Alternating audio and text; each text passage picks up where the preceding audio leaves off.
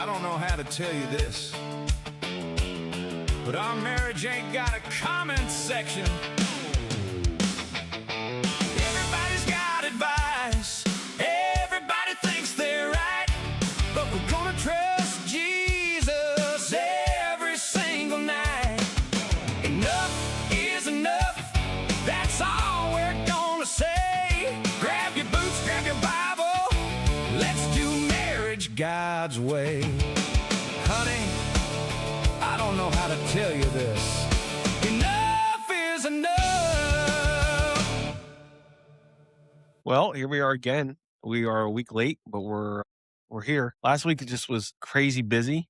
We've been trying to figure out a way. Well, if you've been watching, you know we were in different rooms. Now we're in the same room. And then last week we were in different chairs, and we were like, look, we need to really should try to be in like the same chair. So, but we combined it to this chair. This chair is part of our sectional downstairs, and we put this table and chairs for the babies to sit in the living room, and we decided to take this piece of the sectional out because it was broke. But I was like, oh, I'll put it upstairs, use it for video games. But it was against like the wall. Well, this isn't against the wall. There's a space behind us now. Don't lean back too far. Yeah, this thing's broke. So you might actually get to witness something hilarious tonight, depending on if we adjust ourselves the wrong way. The back of this chair might go flying off. So if that's the case, it might be hilarious, and hey, it'll probably make a highlight, and maybe it'll help us go viral. You never know. But what do you think? You think this chair's going to make it through the next 45 minutes to an hour? Well, the promising thing is our marriage is definitely stronger than this chair. Yes, that is true. This chair is on its last piece of wood, I guess. I don't know what you would call it, last limb. No, it wouldn't be a limb, would it? What would it be considered? Last piece of, I don't know. I don't know. We'll find out what the straw that broke the camel's back is. Yeah. I think it might be one of us stretching the wrong way, but it's going to be funny either way. But let me ask you, have you ever noticed that everyone seems to think they get a vote in your marriage? Like your parents do, your friends do, your coworkers do, your church members sometimes think they know better than you do. Social media, they definitely tell you, like here we are, social media, right? Influencers and talking. But sometimes even complete strangers will like come up to you in the street and be like, yo, you shouldn't do this in your marriage. You guys suck. You know, you guys stink. So like everybody's got advice, but here's the big question, right? So here's a question. Who did God give the responsibility of your marriage to? The responsibility of our marriage is first and foremost God, and then to each other, because we're in a covenant with each other. I just noticed a slight makes your eyes look pretty. No, that's so nice of you. Nothing wrong with a marriage. Throwing your wife a little compliment when she's not expecting it, right? So today we're talking about healthy biblical boundaries, not just because we don't love people, but because we love the marriage God has entrusted us. Like we need to make sure that our marriage is solid before we worry about others, because how can we be hypocrites and going out there and be like, hey, you should do this. And we don't got stuff in our house, right here. We got to get this fixed, this settled before we worry about anything else. So healthy boundaries aren't about keeping people out. So that's like a big thing, right? So it's not like saying like we're making these boundaries and we don't want anybody involved. Like get out. You know, it's about protecting what God has put together.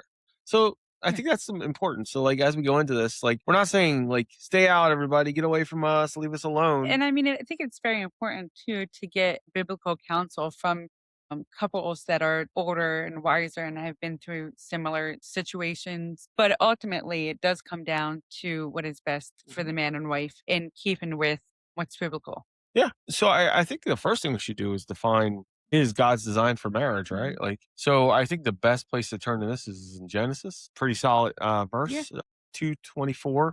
And it's therefore a man shall leave his father and his mother, right? Not just one or the other. You know, I feel like it's when the husband leaves they always stay for some reason the mom, right? They always stay closer to the mom. Like I guess because maybe like in a lot of situations the dad works, so it's like your dad's already going. So like but your mom has always been there. So I figure like that would be the hardest. Maybe it's just me thinking that just because that was my household dynamic. But therefore a man shall leave his father and his mother, now both, right, father and the mother, and hold fast to his wife. They shall become one flesh. So there's an order to this, right? You got to leave. So you can't stay. You got to go. You got to leave. You got to hold fast. You got to hold fast. And then you do what? You become one flesh. So, but the thing is, like, leaving isn't about just like, we're not just abandoning our parents. We're not just saying, like, bye, see you later, never going to talk to you again. It's about changing our priorities, right? Sure. So before we're married, our priorities are our family. It's our mom and dad, our brothers, Mhm. sisters. That's our dynamic, right? And then you get married, right? So the day you get married, your spouse becomes your first earthly priority. So Your immediate household becomes your immediate family, I should say, becomes your household. remember, that's how I ended the last video. Mhm. This is my primary family. My extended family is now my parents. Yeah. Your parents are now your extended family. And it doesn't take away it doesn't take away from the fact that the Bible's still very clear on honoring your mother and father, but that doesn't mean that you have to allow them to make the decisions in your life or follow the decisions, because there certainly are ways that you can still honor your mother and father and still be in one flesh with your wife and or your husband. Yeah, Yeah. man, it's really true. But so your spouse really becomes your first earthly responsibility, and Mhm. it's not your parents, it's not your best friend. Sometimes our best friends becomes, we prioritize them before our marriages, and Yeah, here's one's going to be controversial. It's not your children. A lot I of know. people prioritize their children. Yeah. They make their child the most important thing. The most important thing is your spouse. Yeah. That is the most important thing in your marriage. And remember, what did it say? You are one, you become one. Hmm. So you can't think of yourself without thinking of your spouse. You guys are supposed to be of one body. Hmm. So you can't look at each other like two separate entities. Are one. You're one Yeah, flesh. it's true. Mhm. And it's like, think about it, like, you pick up your kid, you pick them up and you hug them. You gotta realize, like, when you become one flesh, like, you're showing love, you should be showing the love together. Like, you know, there's so many times where I've watched, Mhm. and sometimes we do this joking around, like, "Oh, daddy loves you more, mommy loves you more," but, like, your kids need to see the love for each other Yeah, before any other love is given. Like, they need to see your love for Christ, your love for each other, and then your love for them, I think. and our kids are certainly dependent on us, especially being so young. But I don't think that takes away from the idea that we're supposed to put each other first. That doesn't mean that you neglect your children by any means. But by putting each other first, it builds a strong foundation inside the home, and the home grows on love and respect. And then ultimately, the idea is that they see that and then they have that same exact kind of respect and love for their spouse and their family one day. So it's paying it forward. It's grown. It's like homegrown on love Yeah. and respect. Yeah. Yeah. And then Matthew 19:6 says, "What therefore God has joined together, let not man separate." And as a church or as a group of Christians, we read this and we mainly think of divorce, right? We're like, you shouldn't get divorced, right? But Jesus says, "Don't let anyone separate what God has joined together." And this includes outside influence, right? So we don't want our marriage to become a community project. Our marriage is our marriage. We don't want everybody and their brothers thinking that they're running our marriage or telling us how to run. Now, there's nothing wrong with getting advice, right?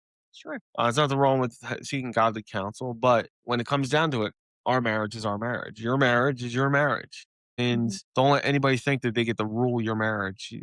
God has brought that together. That is your marriage. So, Yeah. anything? Yeah. I mean, I think that also like when it says don't like not to separate, that means that, you can't have outside influence causing division amongst yourselves. Like you can't have, and I think that I talked about this last week with venting to the wrong people, like getting the wrong advice, is that you have to be careful who you're venting to, what kind of advice they're giving, how they want to manipulate things inside of your marriage, whether it's for their betterment or what they think is best for you. Because a lot of people will think they know what's best for you, even if it's in their best, like even if they might have your best interest in their heart. Hmm. And they may not, I don't know, but they can't, they're only thinking, a lot of times it's still one sided. Right. Like that one person who's giving you advice has your best interest in heart or my best interest at heart, not both of us together. Yeah. And when it is together, then they would understand that it's something we have to work out together.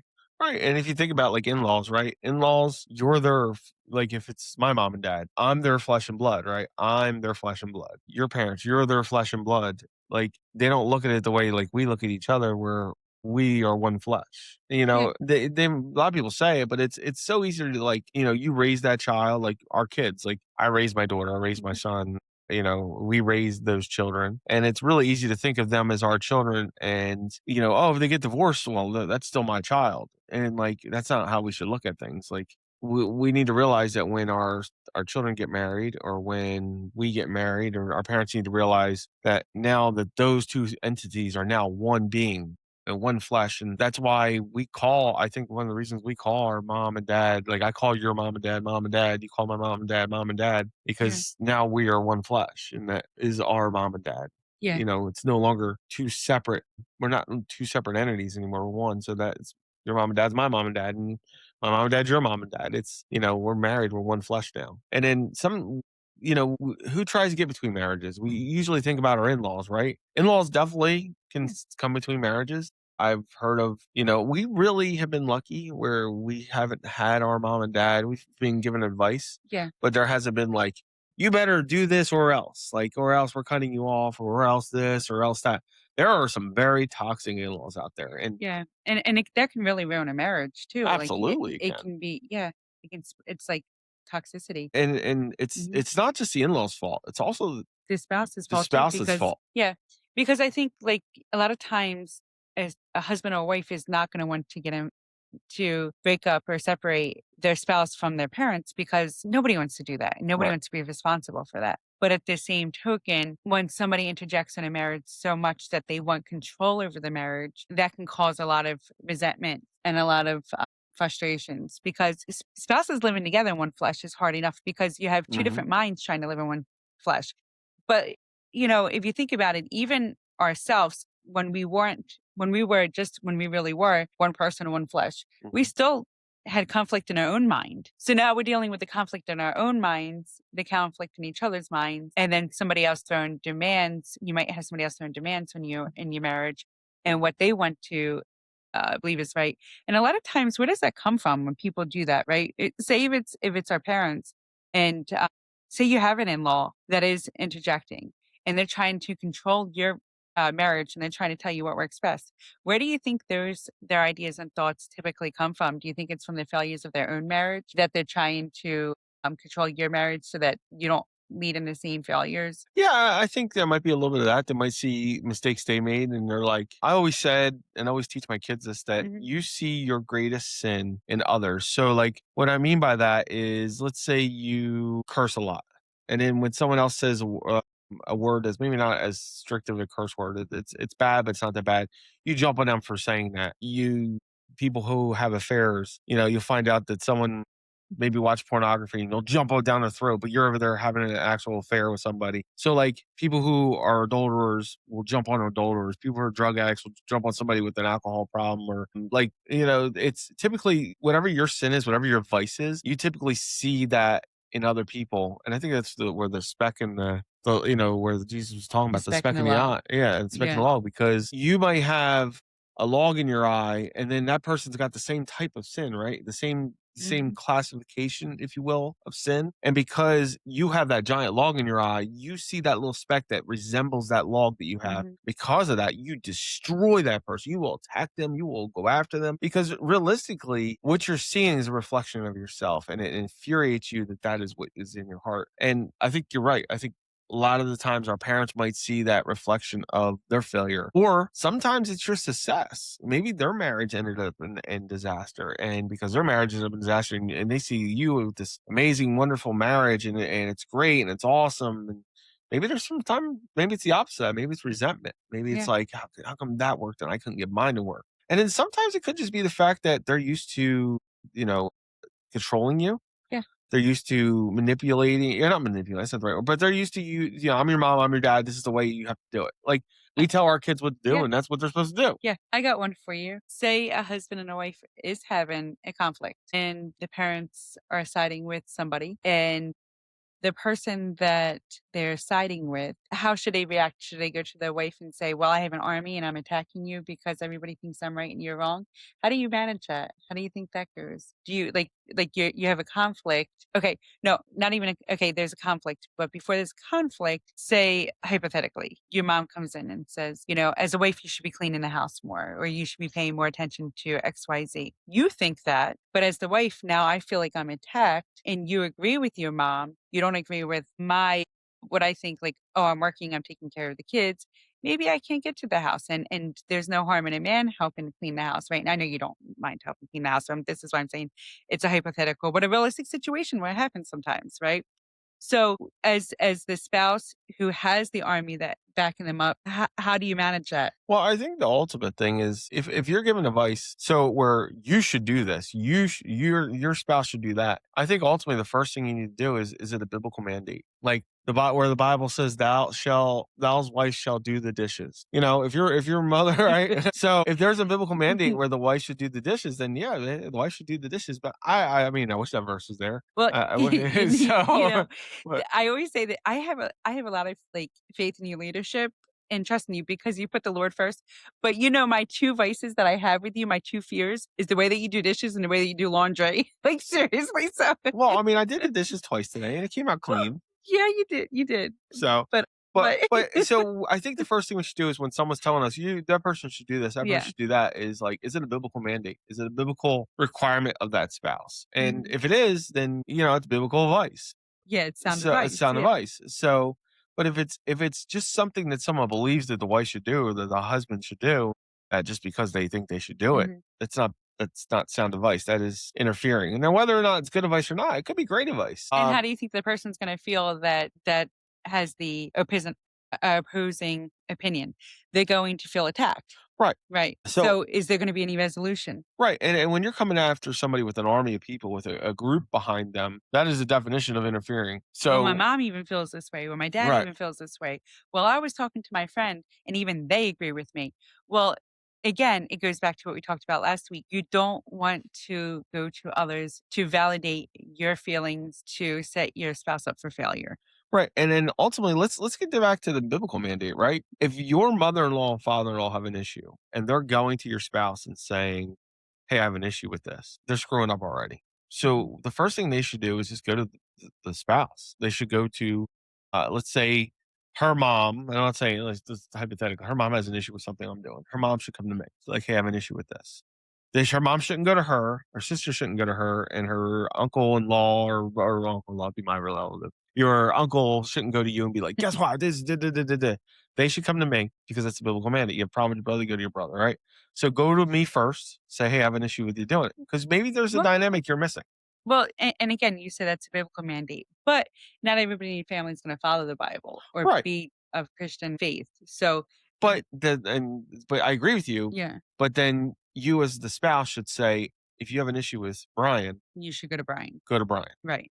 Don't come to me and cause division in my marriage. Go to him. Tell him what you think. And then it gives me the opportunity to say, well, that's because you don't know this dynamic in our relationship. Or you don't know the Mhm. fact that I work midnights and maybe I couldn't do this, or maybe the fact that, go stop it right in the beginning. Stop the army from building behind you and saying, "Hey, you have a problem with my spouse? Go to them." Yeah. And you'll find out a lot of times that'll shut it down immediately because realistically, if they really had your first off, if they have your best intentions at heart, if there's really an issue, they're gonna be okay. You're right. I'll go and talk to them. Why would there be if there's a legitimate marital issue? Why would you have an issue going to them? Yeah. If it's something that's really petty and kind of dumb, you're gonna be like, "Oh no, I'm good." Yeah. Or if it's not something that's really that important, they're just gonna die. They're just gonna be like, I don't really care." So, or they're just lazy, or Yeah. they're just lazy. But don't let that army get built behind you. If they have a problem with your spouse, tell them to go talk to your spouse. And if you go together, say, "Listen, wait. If you have a problem with him, we're gonna come in. We're gonna go get him, or I'm gonna go get her, Mhm. and we're gonna come and we're gonna figure it out together. I'm not gonna do this alone." I think that might be your best option. I don't know Mhm. what's your thoughts there. Yeah, no, I agree. Like, go to the person that you have the issue with. But I think, ultimately somebody's parents are going to feel more comfortable with them than the spouse. So they're going to go to the person who they feel more comfortable talking to. Right. So I can get it from both perspectives. But yeah, I mean, I can understand that. Yeah, and I think as a couple, I think it's our responsibility to say, "Hey, wait, you got a problem with my spouse? Let's bring them into the conversation. Let's not."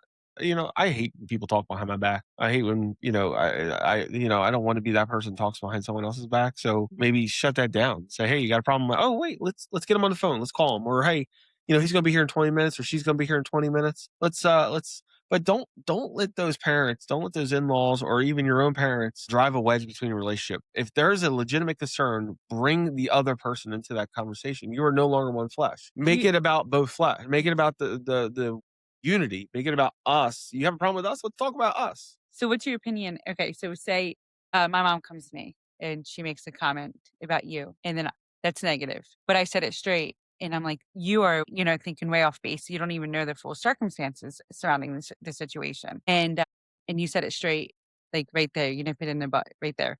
Do you then, and you don't even like, you have an option. You have a couple different options to do. Number one, you can keep it to yourself after you nip it in the butt. Don't even tell your spouse because you don't want to drive a dividing force between your spouse and your parents or the person who's being negative. Or do you always go to your spouse and tell them, hey, look, somebody made this comment about you. What's your thoughts? I think that's situational. It depends on what the comment was or what it was about. I think if it's a repetitive statement or repetitive comment, Then there needs to be then it resolution. needs to be a resolution to Sure. it. If it's a one time, like your mom yelled at me the other day, we were talking about that last week, right? She yelled at me the other day. That was a one time little thing. It wasn't a big deal. It's fine. But if it's like starting to become like, man, he's doing this, and it's like repetitive, I think that's where you do need to address it as a couple, and Yeah. you need to number one, maybe it's like I said, it could be like sometimes these are legitimate issues that we need to deal with.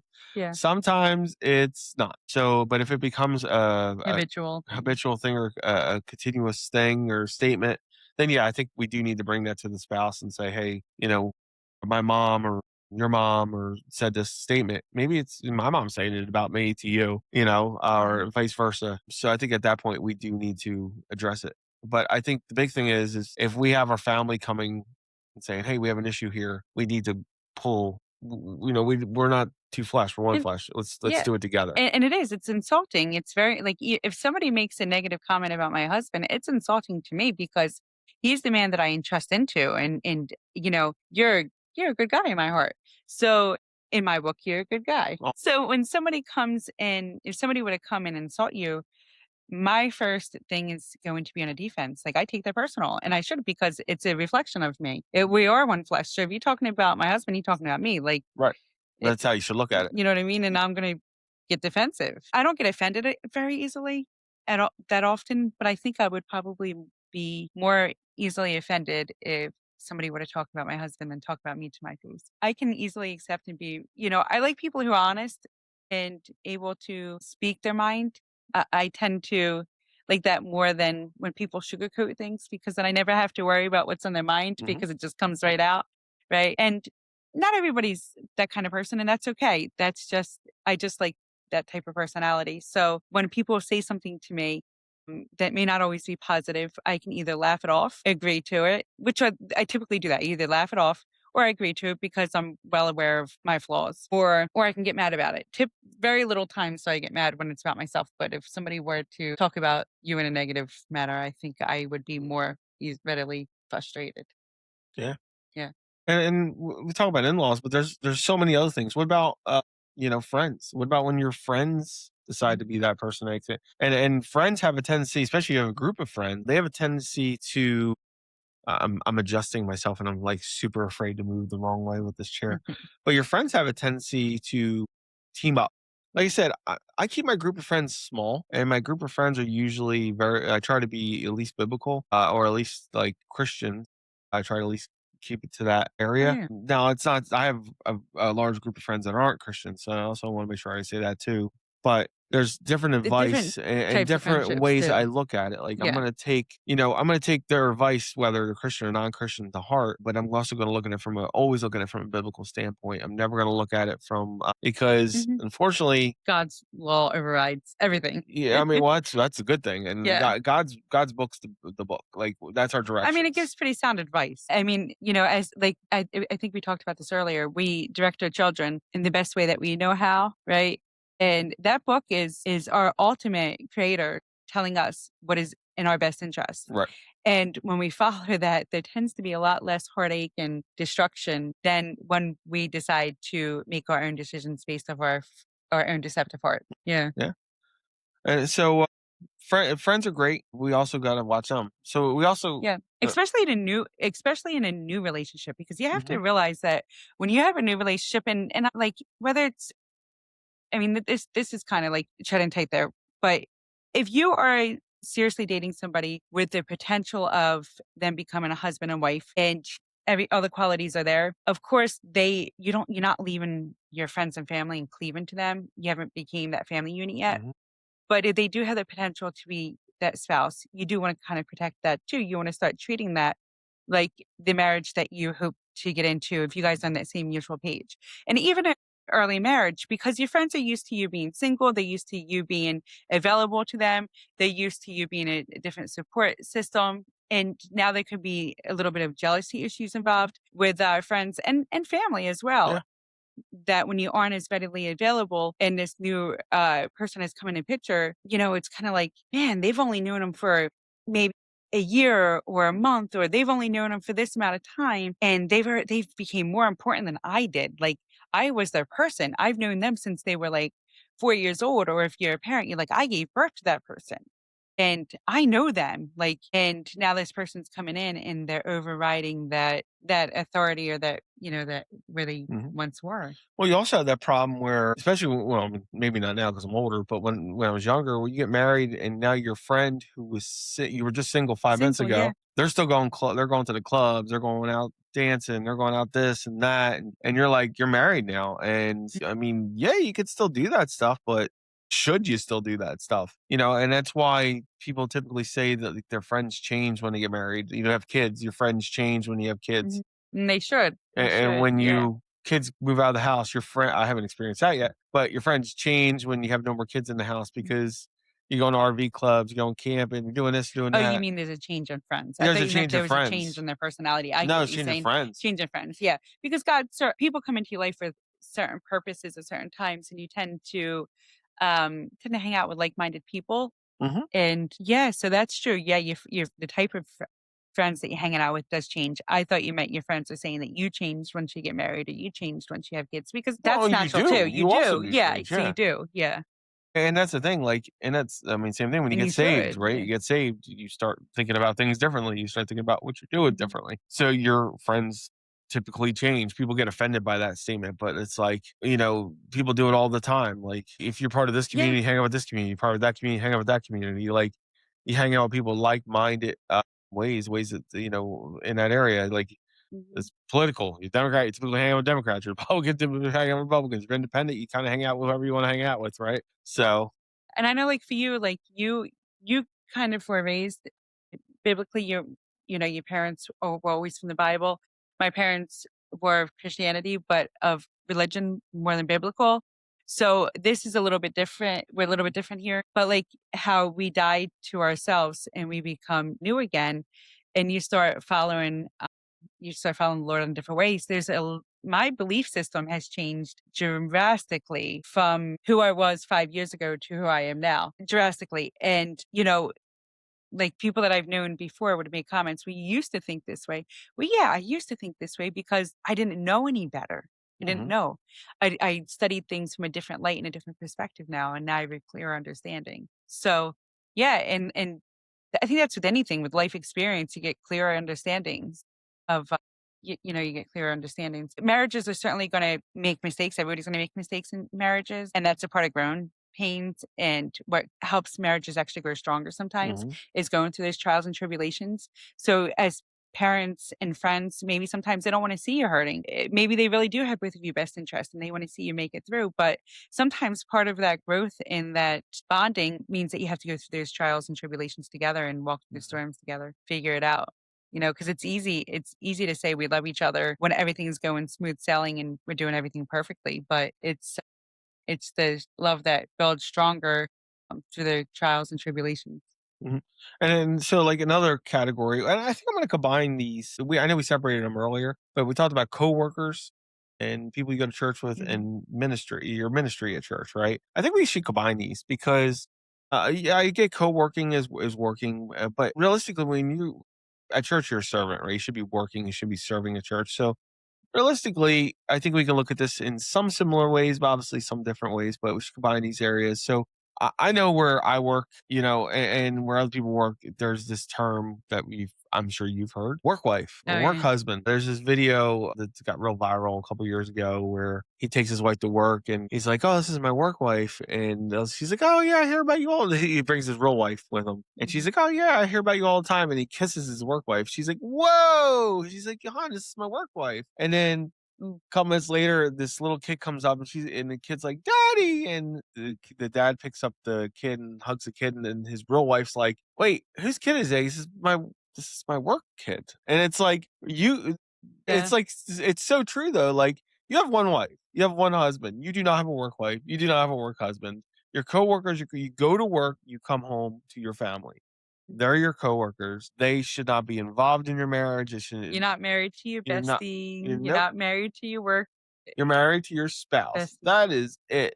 Like, knock that junk off. If you're doing it, stop it. Listen, I work in a field where it seems like everybody cheats. If you're a male working with a female, if you're a female working with a male, coworker. That is it. That is it. You don't Yeah. flirt. You don't talk about relationship problems. You don't talk about nothing. Your marriage, that is work. That is it. It leads Nothing else. very wide open doors into temptations that just that shouldn't even be questioned. Yep. If you're even finding yourself at work engaging in that conversation, talking about that conversation, thinking about that conversation, shut that I door mean, now. beat me up for saying this, but I can almost guarantee you that if you have a work husband or work wife, that one or the other actually has caught feelings. Yeah. Yeah. You don't have a You can beat me up for saying that, but and you deny it all you want. You calling somebody your wife, that's an intimate term. You calling someone your work husband, that's an intimate term. Yeah, and whether or not you're like, "Oh, I never thought of it that way." Like, shut that door now. Don't crack it. Don't look in it. Don't do nothing. Stop. End it. Listen, if it ain't about work, you ain't talking to that person no more. If you see that person in the hallway and you don't have to talk about a conversation about work, you end it. You move yeah. on. Hi, bye. That's it. Nothing else. And the number one thing too that I can say when there's a conflict between you and your husband, the ultimate thing you can do is pray on it. Honestly, Yeah, and the same thing you know. can happen in church. Like, don't listen. I've seen affairs happen in church. I've not just once, not just twice. I've seen it. Mhm. If you are hanging out with somebody in church, and if it's anything other than ministry related, Jesus related, Bible related, if it's starting to get anything more than that, then that relationship is Cut it off. over. It is over. If you're starting to look at that person any other way than, hey, I want to, look at them through Jesus lens, it's over. It's done. You listen, hi, bye. This is the Bible verse, or this is what we're talking about with Jesus. But first off, my rule: never alone with the opposite sex, ever, Mhm. ever, ever. If I'm in a room and all of a sudden it's me and another woman, I leave that room. If a woman needs counseling, you're in that room with Mhm. me. It's never just me. Just doesn't happen. Number one, it doesn't. You don't even need to do anything. You just have to be accused of doing something. Yeah. That's it. That marriage is over. You just have to be accused of it. You just got to cause that jealousy. The marriage could be over. Don't put yourself in a situation where you could be accused, or it could resemble or look. I went out to eat years ago, and when I was out to eat with this person, there was an accusation that I was having an affair. And the person I was out to eat with was my sister Samantha. But it was so funny because everybody thought I was having an affair because I was out to eat with my sister. And it was just really funny that it got back. It was stupid. But it is what it is. Like, that's just how people are. And thankfully my sister was able to verify it was her. And if it wasn't, it would have been a big conversation. And when we get ministry also, we have to make sure we don't prioritize our ministry before we prioritize our marriage. Because Oh, I that's promise biblical. you that if you prioritize your ministry and your marriage fails, your ministry will fail. Yeah. The church, if it's a good church, will not allow you to continue serving in a ministry while you're actively pursuing a divorce. Because you prioritize that ministry and your spouse and your relationship's over. So don't allow that to happen. And here's a big one. Your exes. Your exes, number one, if you get a text from an ex while you're married, unless it's related to the kids, that's it. Mhm. Cut that thing off. If you don't have kids with that ex, you block that number. Yeah. There's no reason you're You stay getting. friends for the next. Listen, there's no reason. If you were married once and you have children, staying That's cordial with each different. other, You that's have different. to. Yeah. You have to for the kids. But that being said, I'm talking about if you don't have kids together. If it's about the kids, listen. If you have a conversation with your ex and it's about the kids. It's Mhm. not about how your day's going. Listen. I get it. You're cordial, but if that's the case and you want to be cordial, your spouse has to be okay with that, and your spouse has to have immediate and availability to those messages at all Oh, yeah. times. If they want to look at it and read the entire thing and you are against that, there's something wrong you need to deal with. If you want to have a cordial relationship and it's not about your kids, then your spouse needs to have access to that cordial relationship. At least that's my opinion. Do Yeah. not put like I said, don't allow that accusation, don't allow that little wedge, that little brick. Remember we Mhm. talked about last week, put bricks down and eventually bricks become a wall. Yeah. Don't allow it. This is your marriage. You protect that marriage with everything you have. I don't care how uncomfortable, how annoying. Like, if that's the case, you're being selfish. You're not putting that other person first. If it causes that other person to stumble, if it causes that other person to falter, you terminate. You end the issue. So I have a question. Okay, we talked a lot about what we should and shouldn't do, but we didn't get into how. So if you do have, because people are going to ask how do you set up those boundaries, right? So if you do have boundaries that you have to set with your parents, your friends, especially your parents or your friends, some people might be harder to set boundaries up with their friends than their parents. How do you manage that? How do you set those boundaries? What would you suggest to do? Well, let's look at Mark. Let's answer that question biblically. Hold on, I'll try to get my phone. He asked me a question, and I want to answer it from the Bible. Okay. So Mark chapter 1. If people want to jump on here with me, and we'll edit this so the Pauses. pauses aren't annoying. Let's see, Mark chapter 1 and verses 35. Handy dandy Bible app, love it. 5. So this is where Jesus is preaching in Galilee, right? So and rising very early in the morning, while it was still dark, he departed and went out to a desolate place, and there he prayed. Right. So Jesus walked away from the crowds, and Simon and those who were with him searched for him, and they found him and said, "Everyone is looking for you." And he said to them, "Let us go on to the next town, that I may preach there also, for that is why I have came out. And he went through all Galilee preaching in their synagogues and casting out demons. Right. So even Jesus stepped away. Luke 5, Luke chapter 5, verse 16. While you're looking that up, what I was going to say too is that I think approaching everything, I always try to approach everything with grace and dignity, right? So I think, and honesty too. So I think that if somebody is pressuring, and you need to set those boundaries, I think sometimes being honest with them, but in a graceful way. And timing is always good. Don't do it in a time when emotions are high on either side. It's okay, like we said, walk away from the situation and revisit it and say, "Hey, look, I just want to let you know that I think you might be causing a little division or inadvertently causing some destruction in the marriage. And I want to talk about it with you because I know that you love us and you don't mean to cause harm. And I think that your heart is in a genuine spot. But this is our marriage and we need to protect it. And we invite you to pray with us that whatever issue is brewing has resolved. So if you want to pray for us, certainly pray for us, pray with us. But that's the extent that I'm going to ask you to help us. And I think that would be okay. Yeah, I think so too. And then, so back to the question. So, John 2:20, or sorry, Luke 5. I'm going to do John next. Luke 5, verse 16. But he would withdraw to desolate places and pray, right? So Jesus withdrawal. He would constantly withdraw and pray. So this is a normal thing of Jesus. He would withdraw and pray, right? We don't really realize that. And then John chapter 2, verse 24. But he, which was also speaking about the temple of his body, when therefore he was great. Wait, what's the right verse? No, 24.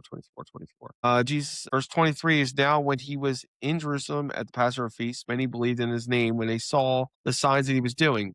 And this is very important. But Jesus, on his part, did not entrust himself to them because he knew all people and needed no one to bear witness about man, for he himself knew what was in man. So Jesus, oh, now the Bible doesn't start reading to me.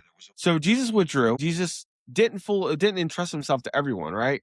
So, and that's the thing. Like, we have to realize it's okay to withdraw. We need to be okay. It's okay to pull ourselves back. Jesus loved perfectly, but he didn't give everyone unlimited access. So there were times where Jesus pulled himself back and prayed, right?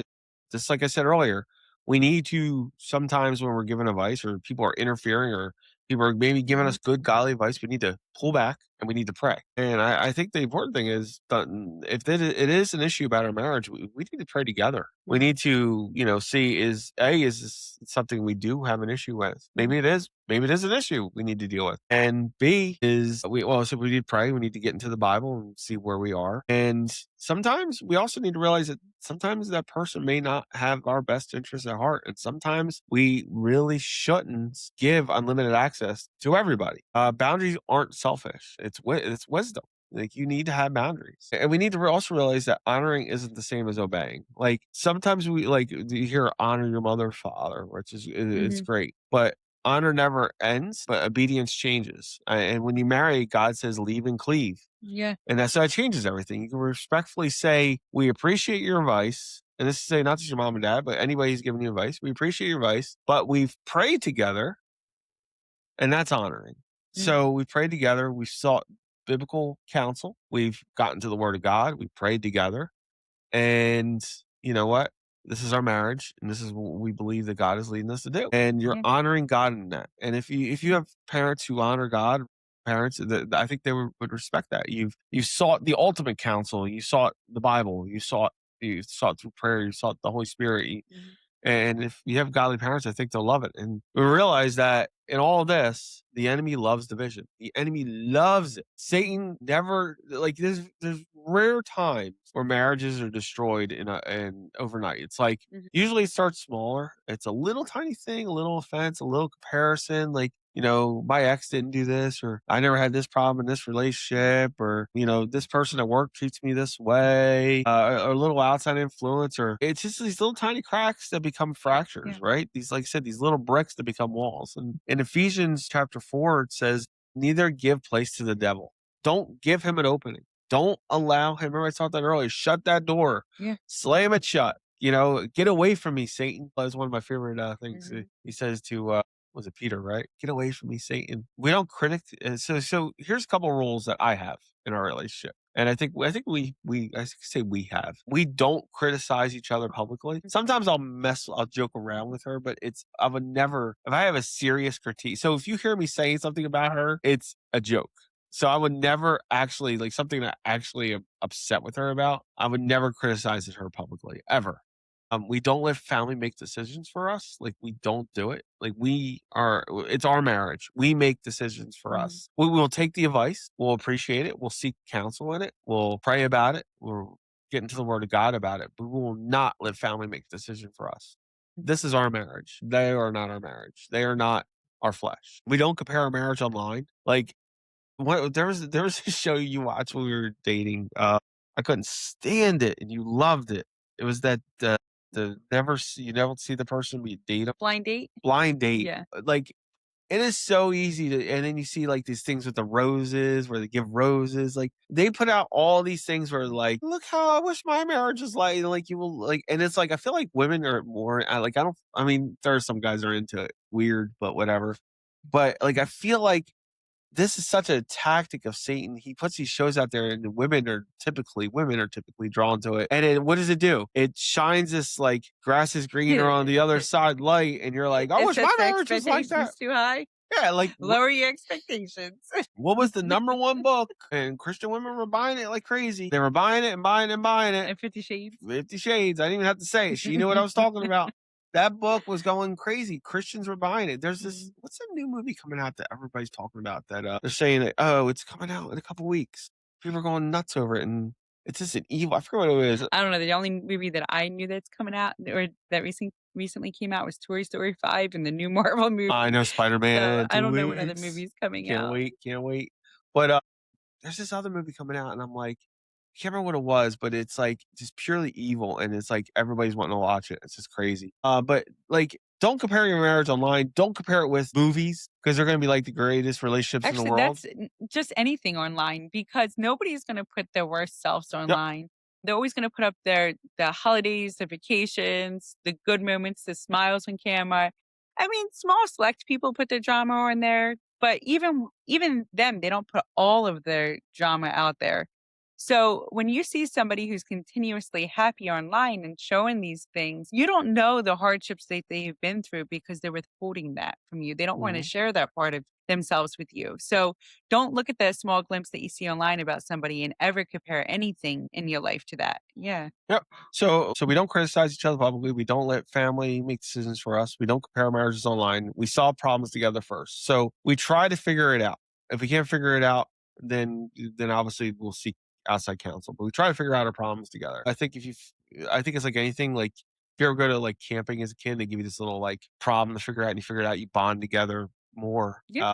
In that, I think it's the same way in a marriage, right? Yeah, that's what I was saying. Yeah, sometimes the trials and tribulations make you Mhm. stronger. That's what I was Well, saying earlier. one super important one to me. This is more important to me than her sometimes. But we protect our date nights. Mhm. We went on a date night tonight. We went to my favorite restaurant, which I love, love, love. He surprised me for dinner date night at his favorite restaurant. My favorite restaurant. I don't That's take her to what my it is. favorite restaurant all the time. Yeah. But my favorite restaurant is Sakura's. If you haven't figured that out yet, love Sakura's. I get the same thing every single time. I've gotten the same thing now for 15 years, every single time. I've not changed. Yeah, I talk about changing every single time, but I don't change. I talk about it, but I never change. I love can it. order your meal for you easily. What do I get? You get the filet mignon, extra veggies, no onions, steamed rice. Yep. Your steak has to be medium rare. Yep. And Appetizer. appetizers, the mushroom. Yep. And double yum yum. Double yum yum. And what do I do with my yum yum sauce? You dump it all over that steamed rice. I do. I take one container of the yum yum, I dump it all over my steamed rice, and then I have the guy fill it back up. No criticism.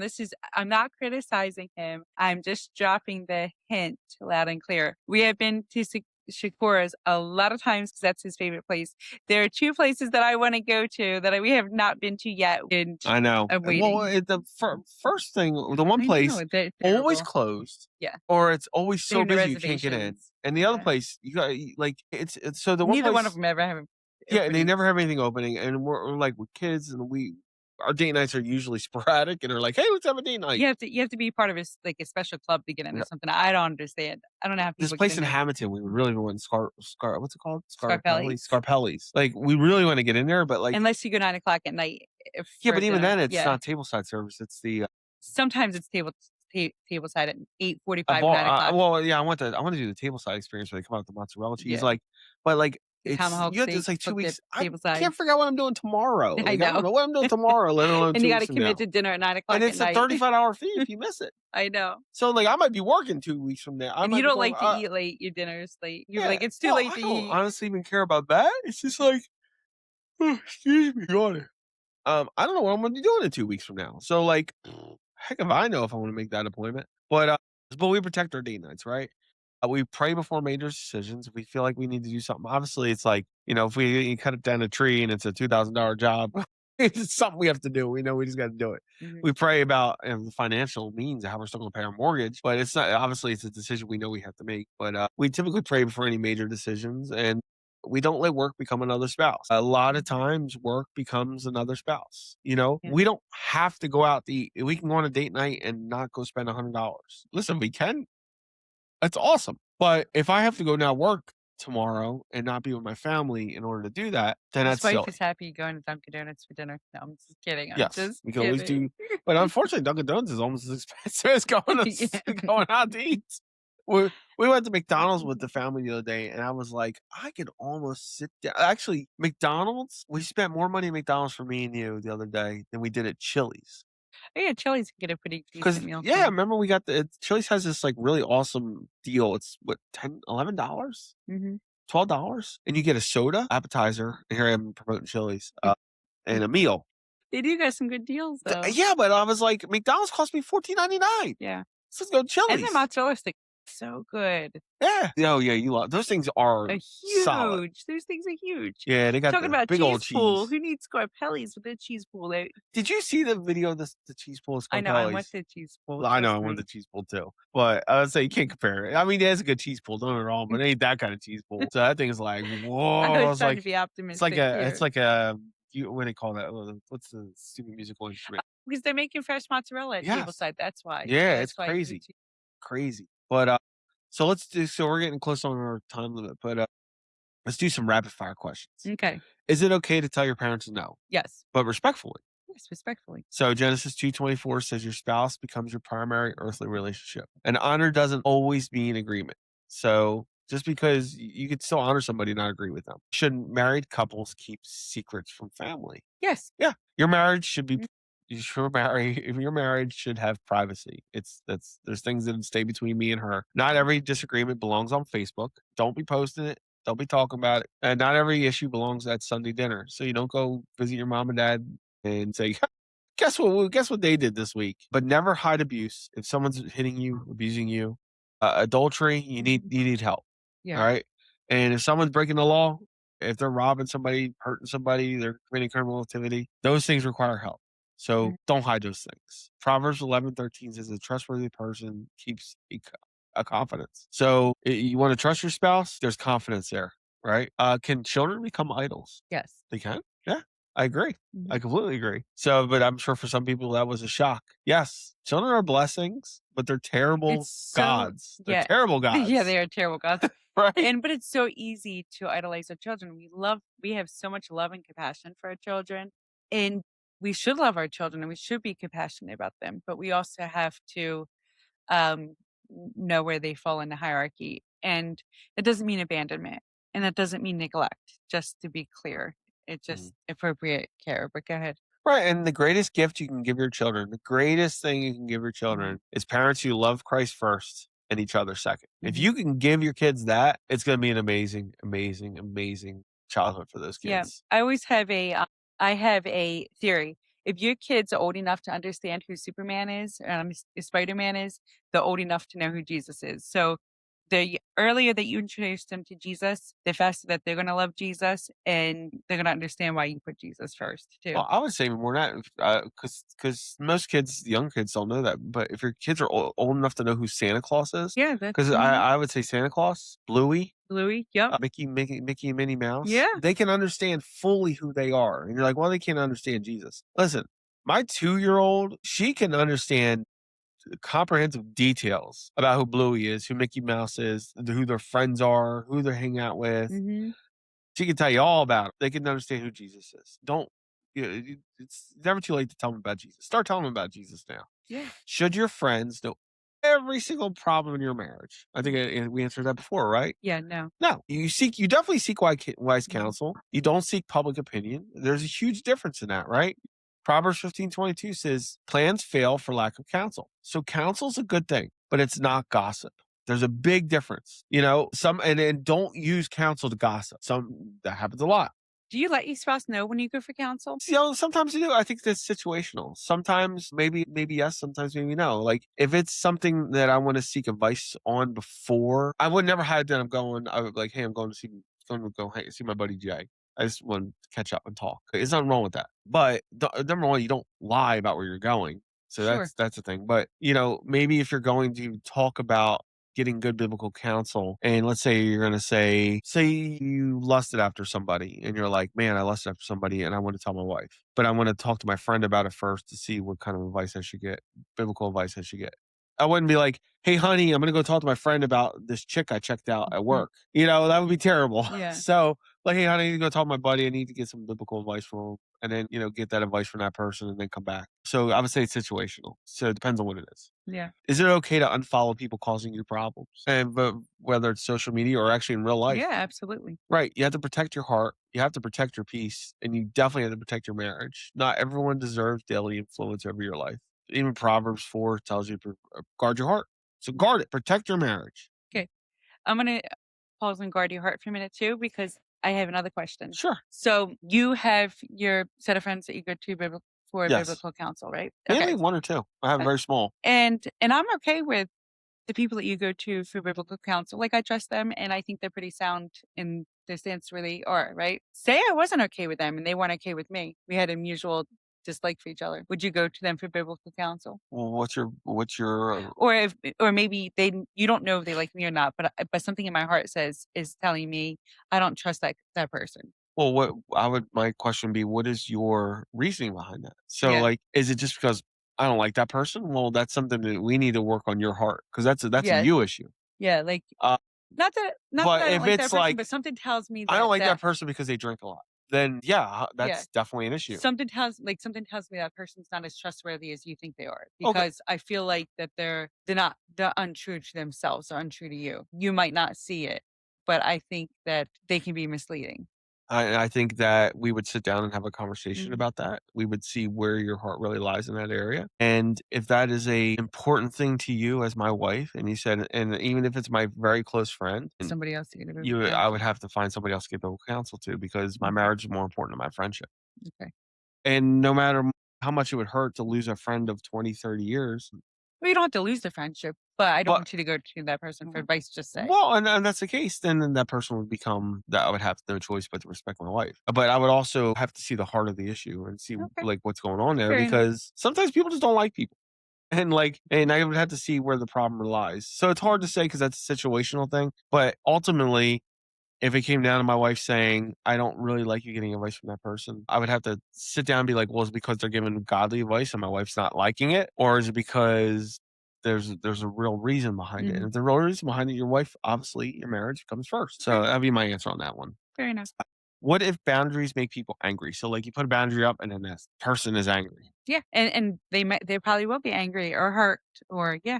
And that's the thing. Jesus made people mad all the Mhm. time. I mean, listen, look at the Pharisees, like he infuriated people with the truth, right? And if someone gets upset because they lost unhealthy access to you, it doesn't necessarily mean your boundaries are wrong. You know, Galatians 1:10 says, if I were still trying to please people, I would not be a servant of Christ.